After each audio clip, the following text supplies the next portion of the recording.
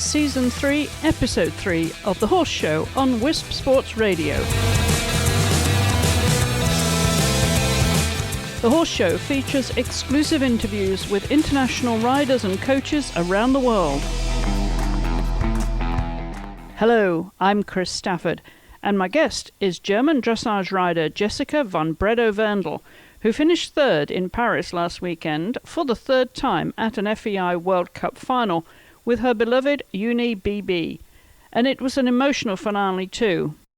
Owned by Beatrice Bürchler-Keller, the 17-year-old Dutch stallion has had an illustrious partnership with Jess, and this would be his last World Cup final. The self-proclaimed King of Aubenhausen is poised to retire after achieving a personal best score in the freestyle of 83.725%, and can now look forward to the green pastures of home in the east of Germany overlooking the Alps. But not quite yet. Jess is going to be busy this summer campaigning her two mares, the 11-year-old Trakhener mare Tsf Dalera Bb and 14-year-old Dutch mare Zaira, with a view to making the team for the 2018 World Equestrian Games later this year. And I caught up with the popular German after she returned home from Paris to hear about her World Cup performance and the rest of her plans for the year. Jessica, welcome to the program. Thank you. It's great to be with you. Well, first of all, congratulations on your third place there at the World Cup Finals. How does that feel now? You've had 3 third place at World Cup Finals. How did this one feel?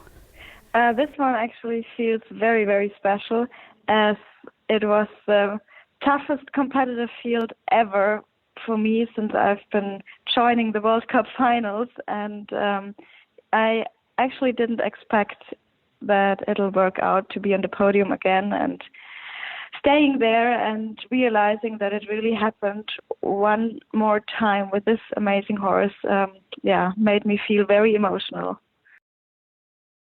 Well, I'm sure it did, and we did see some of your emotions there, of course, in Paris. A very, very special time for you and your long partnership with him. How is he now? How is he back home? He's super. He feels very, very proud. He tells everyone that he's the best. He's very stallion-like at home, and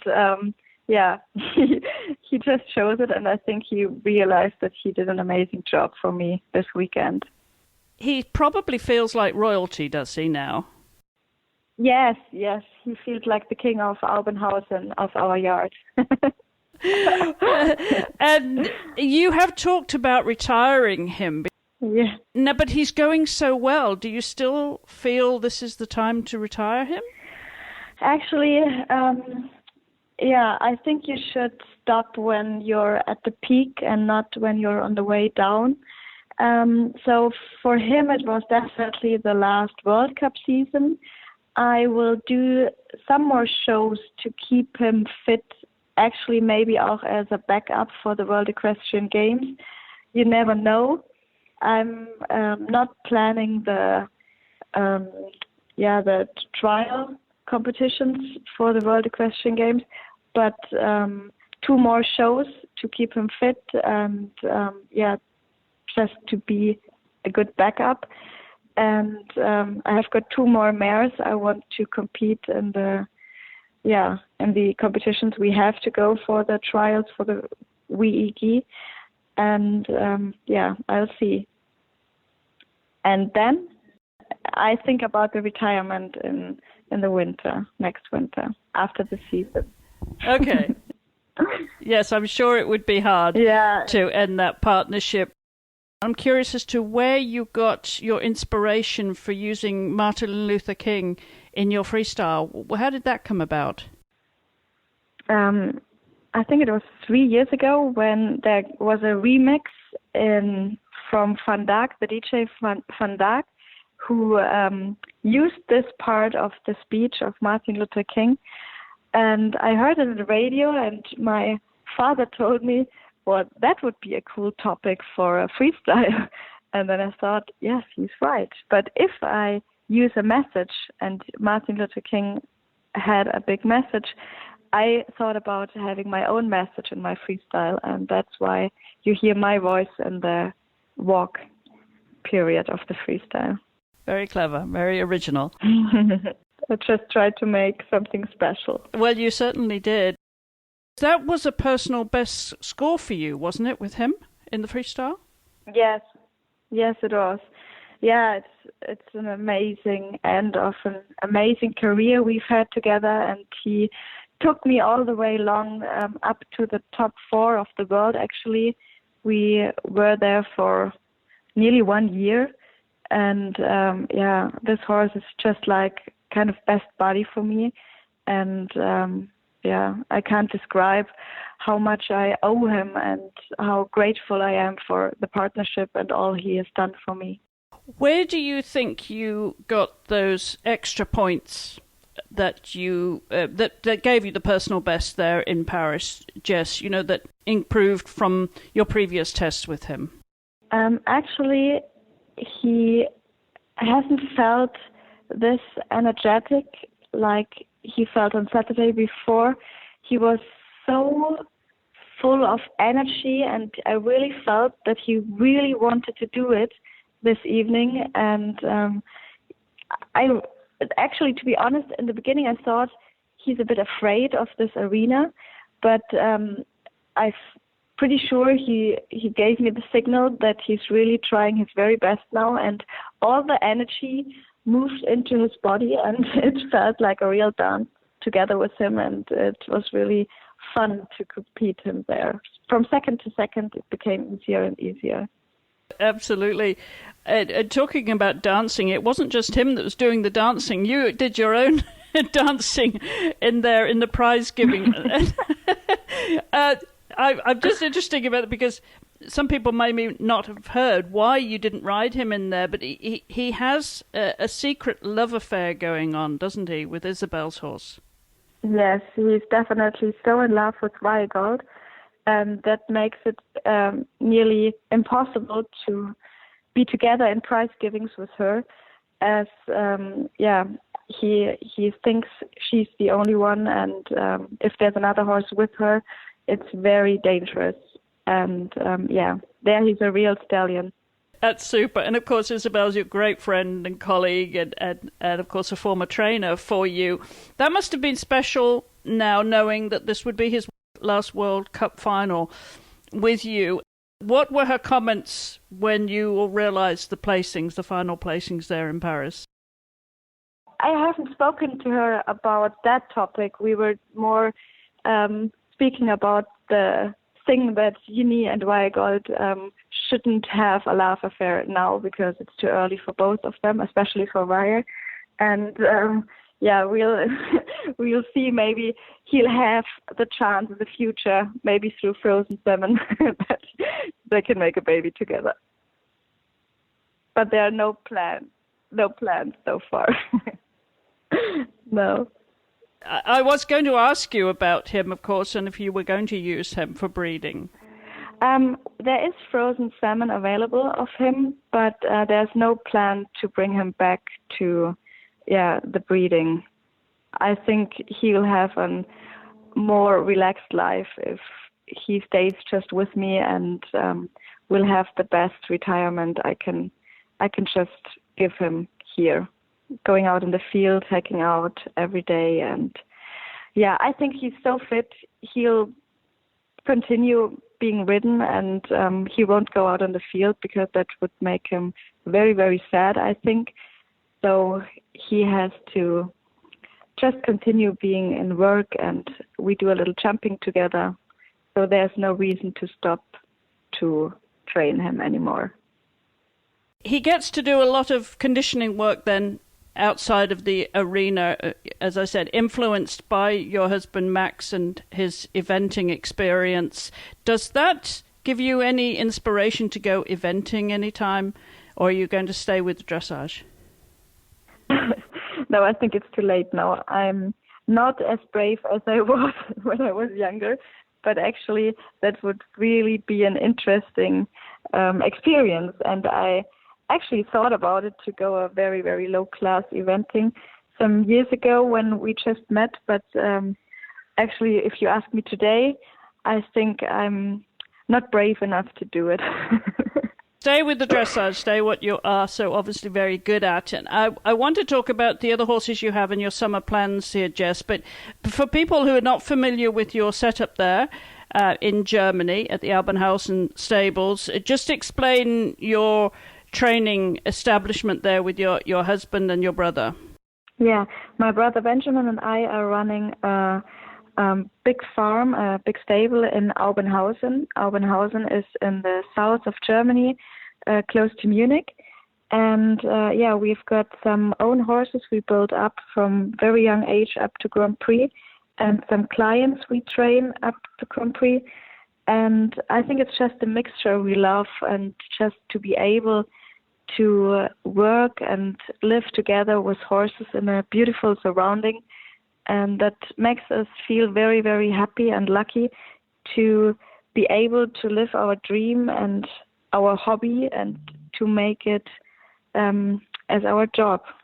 Well, it is a very successful family partnership, as you say, with your brother Benjamin there. You were both very successful in junior and young riders together, weren't you? Yes, we've been in the junior and young rider team for Europeans 4 times in a row together, and we won 4 gold medals together. And this is, I think, very, very special and extraordinary. And it's great having such a partner on my side I can trust and rely on. And we are not only brother and sister, we are also very, very good friends. That's wonderful. Obviously, big family affair there. I just want to remind everybody that you do have a baby there, and you got back riding after your baby last year very quickly. What do you attribute that kind of fitness in you to? I mean, you do some running, don't you? Do some personal training as well to stay fit, but that was very quick. I think, was it 4 weeks and you were back in the saddle?